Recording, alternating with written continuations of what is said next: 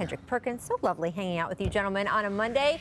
The NBA eager to restart talks with Teams Players Association about adding that mid-season tournament. Adam Silver has gained optimism about the idea because of the success of the play-in tournament. However, some players, such as Jamal Murray, have already spoken out against the idea. Here was a tweet from Jamal.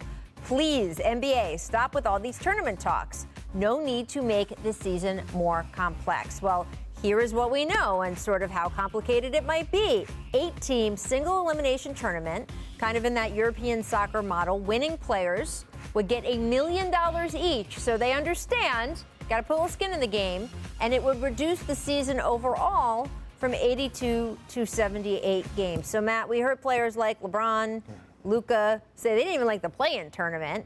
What do you think of the idea of a mid-season tournament? Players are probably going to hate this. Obviously can't speak for them because I don't know, but you saw Jamal Murray has already come out.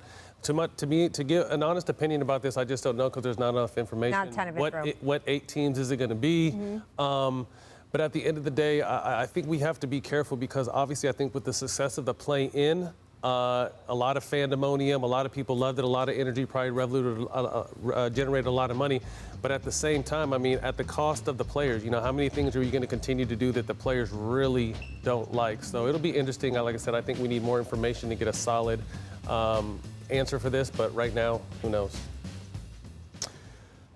Well, the play-in tournament, we talked. It was mentioned to us a year ago because I was still playing. Yeah, you're still playing. You know? I was still playing, and they threw out the idea. What do you guys think about it? And it was like, I don't know. Like Matt said, there's not enough information, and I'm like, okay. I'm like, if you win the tournament mid-season, what do you get? Yeah. What does it mean? But what does that mean? What else comes with that? We don't know.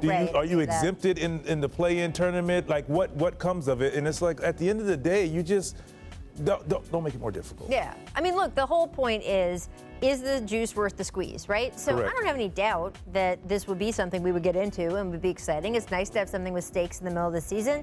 Might juice TV ratings, but is it worth the squeeze of damaging something else that's important to you? I think the play-in tournament is worth the squeeze. I understand it changes the dynamic of the regular season, and if you're fighting for that 7 or 8 seed, but I think it kind of changes the dynamic in a good way. We saw more scrapping for those later seeds. We saw more scrapping around the 5-6 part of the bracket, stay out of the 7th seed.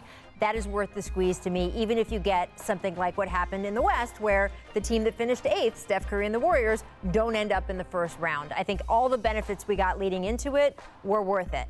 I don't know, though, Perk, do you think the juice is worth the squeeze for a mid-season tournament, which might be fun in itself, but we don't know what it would do to the rest of the season? No, I don't, because I love the play-in tournament. I think that was a wonderful idea. It's turned out to be great, and I said my reasons why, you know, because of the competitive nature and not taking the regular season games for granted.